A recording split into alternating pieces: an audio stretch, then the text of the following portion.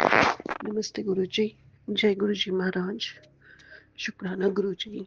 जय गुरु जी संगत जी। आज हम सब मिलकर के गुरु जी की कृपा से एक कोशिश श्री शिव महापुराण स्व अध्याय में शतरुद्र संहिता अध्याय 29 का पाठ करेंगे। ओम गंगणपतये नमः। वक्रतुंड महाकाय सूर्यकोटि समप्रभा निर्विघ्नं कुरु मे देव सर्वकार्येषु सर्वदा। ओम नमः शिवाय। शिवजी सदा सहाय। ओम नमः शिवाय। गुरुजी सदा सहाय। अथैकोनत्रिंशो अध्यायः। नन्दीश्वर उवाच। सनत्कुमार शम्भोस्तवतारं परमं शृणु। नभगज्ञानदं कृष्णदर्शनायमुत्तमम्। इक्ष्वाकुप्रमुखा आसन् श्राद्धदेवसुताश्च ये नभगस्तत्र नवमो नाभगस्तत्सुतः स्मृतः। अम्बरीषः सुतस्तस्य विष्णुभक्तो बभूव। सः यस्योपरि प्रसन्नो अभूत् दुर्वासा ब्रह्मभक्तितः। पितामहो अम्बरीषस्य नभगो यः प्रकीर्तितः। तच्चरित्रं शृणु मुने। यस्मै ज्ञानमदाच्छिवः। नभगो मनुपुत्रस्तु पठनार्थं सुबुद्धिमान्। चक्रे गुरुकुले वासं बहुकालं जितेन्द्रियः। एतस्मिन् समये ते वै इक्ष्वाकुप्रमुखाः सुताः तस्मै भागं कल्पयैव। भेजुर्भागान् निजान् क्रमात् स्वं स्वं भागं गृहीत्वा ते बुभुजुराज्यमुत्तमम्। अविषादं महाभागाः पित्रा देशात् सुबुद्धयः सपश्चादागतस्तत्र ब्रह्मचारी गुरुस्थलात्। नभगो अधीत्य सर्वाश्रश्च साङ्गोपाङ्गाः। श्रुतिः क्रमात् भ्रातॄन्विलोक्य नभगो विभक्तान् सकलान् निजान्। दायार्थी प्राह तान् स्नेहादिक्ष्वाकुप्रमुखान् मुने। नभग उवाच। भ्रात्रोऽभक्तकं मह्यं दायं कृत्वा यथा तथं। सर्वे विभक्ताः सुप्रीतया स्वदायार्थागताय च। तदा विस्मृतमस्माभिरिदानीं पितरं तव। विभजामो वयं भागं तं गृहाण न संशयः। तच्छ्रुत्वा भ्रातृवचनं नभगः परविस्मृतः। तदोपकण्ठमागत्य पितरं सम्भाषत। एतात् भ्रातरः सर्वे त्यक्त्वा मां व्यभजन्श्च। पठनार्थं गतश्चाहं ब्रह्मचारी गुरोः कुले। तत् आगत्य मे पृष्टा दायदानार्थमादरात्। ते त्वामुचुर्विभागं मे तदर्थमहमागतः। नन्दीश्वर उवाच। तदा कर्णे वचस्तस्य पिता तं प्राह विस्मितः। आश्वास्य श्राद्धदेवः स सत्यधर्मरतं मुने। मनुरुवाच। तदुक्तं मातृथास्तात् प्रतारणकरं हि तत्। न हेयं परमं दायं सर्वथा भोगसाधनं। तथापि दायभावेन दत्तोऽहं तैः प्रतारिभिः। तव वै जीवनोपायं वदामि शृणु तत्त्वतः। सत्रमाङ्गिरसा विप्रः कुर्वन्त्यद्य सुमेधसः। तत्र कर्माणि मुह्यन्ति षष्ठं षष्ठमः प्रति। तत्र त्वं गच्छ नभग तान् सुशंस महाकवे। सूक्ते द्वे वैश्वदेवे हि सत्रं शुद्धं हि तद् भवेत्। तत्कर्मणि समाप्ते हि स्वर्यान्तो ब्राह्मणाश्च ते धनं दास्यन्ति ते तुष्टाः स्वसत्रपरिशान्तये। शेषितं। नन्दीश्वर उवाच तदा कर्णे पितुर्वाक्यं नभगः सत्यसारवान् जगाम तत्र सुप्रीतया यत्र तत् सत्रमुत्तमं तदह कर्मणि मुने सत्रे तस्मिन् स्मानवः सूक्ते द्वे वैष्णुदेवे हि प्रोवाच स्पष्टतः सुधीः समाप्ते कर्मणि ततो विप्रा आङ्गिरसांस्ते तस्मै दत्त्वा ययुः स्वर्गं स्वं स्वं सत्रावशेषितम् तत्तदा स्वीकरिष्यन्तं सुसत्रपरिशेषितं विज्ञाय गिरिशः सद्य आविर्भूतः स दूतीकृतः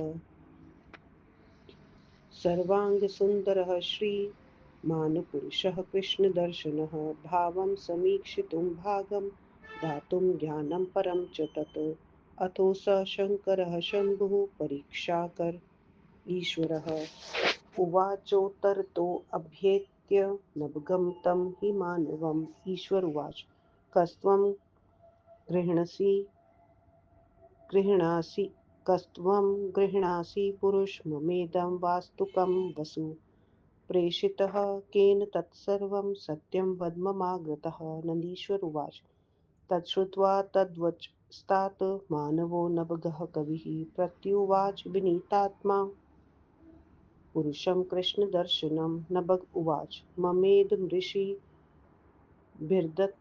वसु यज्ञे गतं खलु कथं वार्यसे मां त्वं गृह्णन्तं कृष्णदर्शनम् नन्दीश्वर उवाच आकर्णेनाभगं वाक्यमिदं सत्यमुदीरितं प्रत्युवाच प्रसन्नात्मा पुरुषः कृष्णदर्शनः कृष्णदर्शन उवाच विवादेऽस्मिन् हि नौतात् प्रमाणं जनकस्त्व याहि तं पृच्छ स ब्रूयात् तत्प्रमाणं तु सत्यतः नन्दीश्वर उवाच तदा कर्णे वचस्तस्य नभगो मानवः कविः आगच्छति आगच्छत्पितरं प्रीत्या तदुक्तं पृष्टवान् मुने पुत्रोदितं समाकर्णे श्राद्धदेवः स वै मनुः स्मृत्वा शिवपदाम्भोजं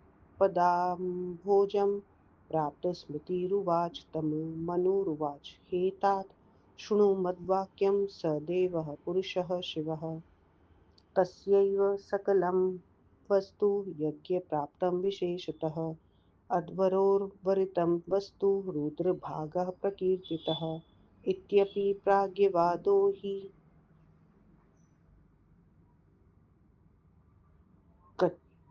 कच्चिज्जातस्तदिच्छया सदैव ईश्वरः सर्वं वस्त्वर्हति न संशयः यज्ञावशिष्टं किमुत्परं तस्येच्छा विभुः अनुग्रहार्थमायातस्त्वतद्रपूतः तद्रूपतः प्रभुः तत्र त्वं गच्छ नभग प्रसन्नं कुरु सत्यतः क्षमापय स्वापराधं सुप्रणमय स्तुतिं कुरु सर्वप्रभुः स एवेशो यज्ञाधीशोऽखिलेश्वरः विष्णुब्रह्मादयो देवाः सिद्धाः सर्वर्षयोऽपि हि तदनुग्रहस्तस्तात् समर्थाः सर्वकर्मणि किं बहुक्त्यात्मश्रेष्ठ गच्छ तत्राशु मा चिरं प्रसादये महादेवं सर्वथा सकलेश्वरम् नन्दीश्वर उवाच इत्युक्त्वा स मनुः श्राद्धदेवश्च तनयं द्रुतं प्रेषयामास निकटं शम्भोः सोऽपि स्मेत्य तं नभगश्च प्रणमयाशु साञ्जलिर्नतमस्तकः प्रोवाच सुप्रसन्नात्मा विनयेन महामतिः नभगुवाच इदं त्वेष सर्वं हि वस्तु त्रिभुवने हि यत् इत्याह मे पिता नूनं किमुताध्वर्यशेषितम् अजानता मया नाथ यदुक्तं तद्वचो भ्रमात् अपराधं त्वं क्षमस्व शिरसा त्वां प्रसादये इत्युक्त्वा नभगः सोऽति दीनधीस्तु कृताञ्जलिः तुष्टावतं महेशानं कृष्णदर्शनमानतः श्राद्धदेवोऽपि शुद्धात्मा नतकः साञ्जलिः सुधीः तुष्टाव तं प्रभुं नत्वा स्वापराधं क्षमापयन् एतस्मिन्नन्तरे तत्र विष्णुब्रह्मादयः सुराः वासुवाद्याः समाजग्मुः सिद्धाश्च मुनयोऽपि महोत्सवं प्रकुर्वन्तः सुकृता अखिलाः तुष्टुवुर्नतका भक्त्या सुप्रणमय पृथक् पृथक् अथ रुद्रः प्रसन्नात्मा कृपादृष्ट्या विलोक्यतान् उवाच नभगं प्रीतया सस्मितं कृष्णदर्शन उवाच यत्ते पिता अवद्वर्मयं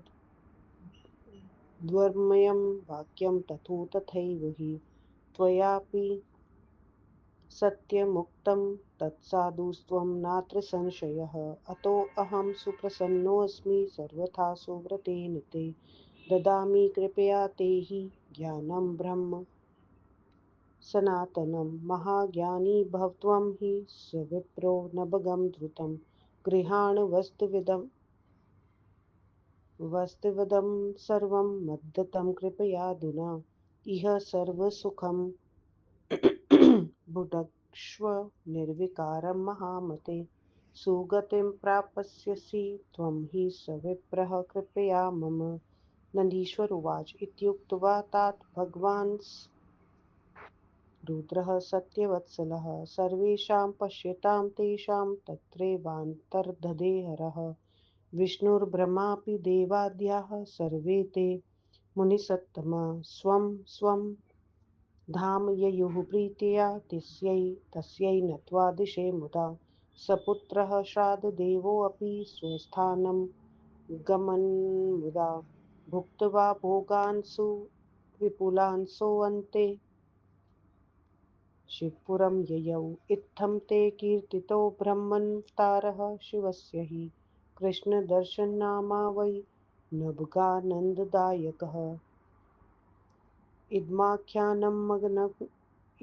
इदमाख्यानं नघं मुक्तिप्रदं सतां पठतां शृण्वतां वापि सर्वकामफलप्रदं य एतच्चरितं प्रातः सायं च स्मरते सुधीः कविर्भवति मन्त्रज्ञो गतिमन्ते लभेत् पराम् इति श्रीमहापुराणे तृतीयायां शतरुद्रसंहितायां नन्दीश्वर सनत्कुमार संवादे कृष्ण दर्शन शिवावतार वर्णनम नामैकोनत्रिंशोऽध्यायः। व्याख्या। नंदीश्वर ने कहा, हे सनत कुमार जी, नभग को ज्ञान देने वाले कृष्ण दर्शन नामक शिव जी के उत्तम अवतार को आप सुनिए। श्राद्ध देव के इक्ष्वाकु आदि जो पुत्र हुए थे उस वंश की 9वीं पीढ़ी में नभग का जन्म हुआ। उसी का पुत्र नाभाग था। उसका पुत्र अम्बरीश विष्णु भक्त था। उसकी ब्रह्म भक्ति से महर्षि दुर्वासा उस पर प्रसन्न हुए थे। अम्बरीश राजा के पितामह जो नभग थे, हे मुनि, उनके चरित्र को सुनो जिन्हें शिवजी ने ज्ञान दिया था। वैवस्वत मनु का बुद्धिमान पुत्र नभग ने बहुत समय तक गुरुकुल में निवास किया। वह जितेंद्रिय था। इसी समय उन इक्ष्वाकु आदि पुत्रों ने नभग का हिस्सा निकाले बिना अपने हिस्से लगा लिए। अपना अपना भाग लेकर वे उत्तम राज सुख का पिता की आज्ञा से प्रसन्नता पूर्वक भोग करने लगे। उसके बाद वे ब्रह्मचारी नभग गुरुकुल से सांगोपाग वेदादि शास्त्रों को पढ़कर घर लौटा। हे मुनि, उस नभग ने सॉरी अपने सभी भाइयों को उत्तराधिकार लेकर बटे हुए देखा। तब अपने भाग को पाने की इच्छा से प्रेम पूर्वक वह इक्ष्वाकु आदि भाइयों से कहने लगा। नभग ने कहा, हे भाइयों, मेरा वह दाएं भाग जो आप लोगों ने नहीं बांटा था उसे आप लोग मुझे दे दीजिए। मैं उसी के लिए आया हूँ। उस समय तो हम सब भूल गए। अब पिताजी को हम तुम्हारा भाग दे देते हैं, उसे तुम निस्संदेह ले लो। भाइयों की इस बात को सुनकर नभग अत्यंत चकित हो गया। तब वह पिताजी के पास आकर कहने लगा, हे पिताजी, मैं ब्रह्मचारी होकर गुरुकुल में पढ़ने गया था। उसी समय मुझे छोड़कर सब भाइयों ने सभी संपत्ति को आपस में बांट लिया। जब वहां से आकर मैंने आदर से अपना भाग मांगने के लिए कहा तो उन्होंने मुझे आपके पास भेजा, इसलिए मैं आया हूँ। नंदीश्वर ने कहा, हे मुनि, उसके इन वचनों को सुनकर उसका पिता श्राद्ध देव चकित होकर उस धर्मात्मा नबक को आश्वस्त कर कहने लगे। मनु ने कहा, हे तात, उसकी बात का आदर मत करना।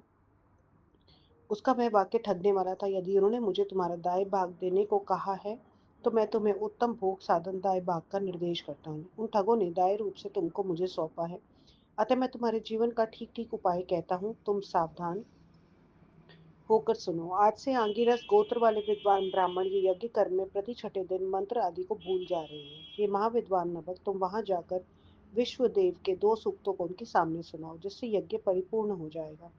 उस यज्ञ के समाप्त होते ही स्वर्ग जाते समय वे ब्राह्मण प्रसन्न होकर यज्ञ से बचा हुआ शेष धन तुम्हें दे जाएंगे। नंदीश्वर ने कहा, पिता के इन वचनों को सुनकर सत्य ही है बल, जिसका ऐसा वह नबक प्रेम से वहां गया जहां वह उत्तम यज्ञ हो रहा था।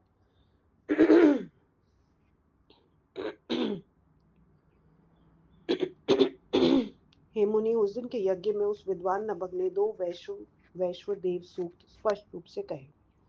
यज्ञ के समाप्त होने पर उन आंगिरस गोत्र के ब्राह्मणों ने यज्ञ से बचा हुआ सब धन उसे दे दिया और वे स्वर्ग को चले गए। यज्ञ से बचे हुए धन को स्वीकार करते हुए नबक को जानकर लीला करने वाले शिव शीघ्र वहां प्रकट हो गए। सर्वांग सुंदर श्रीमान कृष्ण वर्ण वाले पुरुष उसके मनोगत भाव को जानने के लिए उस यज्ञ भाग तथा ज्ञान को देने के लिए प्रकट हुए। उसके बाद परीक्षा करने वाले शंकर शंभु ईश्वर नभग नामक मनुष्य के सामने आकर उसके मनोगत भाव को जानने के लिए उस यज्ञ भाग तथा ज्ञान को देने के लिए प्रकट हुए। उसके बाद परीक्षा करने वाले शंकर शंभु ईश्वर नभग नामक मनुष्य के सामने आकर कहने लगे। ईश्वर ने कहा, हे पुरुष, तुम कौन हो? यह वास्तु संबंधी धन मेरा है।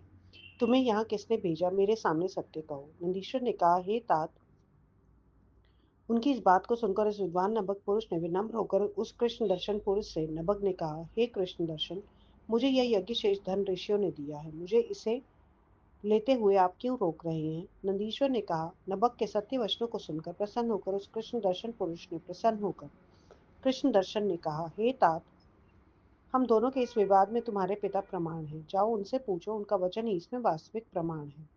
नंदीश्वर ने कहा, हे मुनि, कृष्ण दर्शन की बातों को सुनकर विद्वान नभग मनुष्य ने पिता के पास आकर पूछा। श्राद्ध देव मनु ने पुत्र की बात को सुनकर शिवजी के चरण कमलों का स्मरण कर याद आने पर उससे मनु ने कहा, हे तात, मेरी बात को सुनो। वे कृष्ण दर्शन पुरुष साक्षात महादेव जी हैं। उन्हीं की सब वस्तु है। यज्ञ शेष वस्तु भी उन्हीं की है। यज्ञ से बचा हुआ भाग रुद्र का ही कहा जाता है।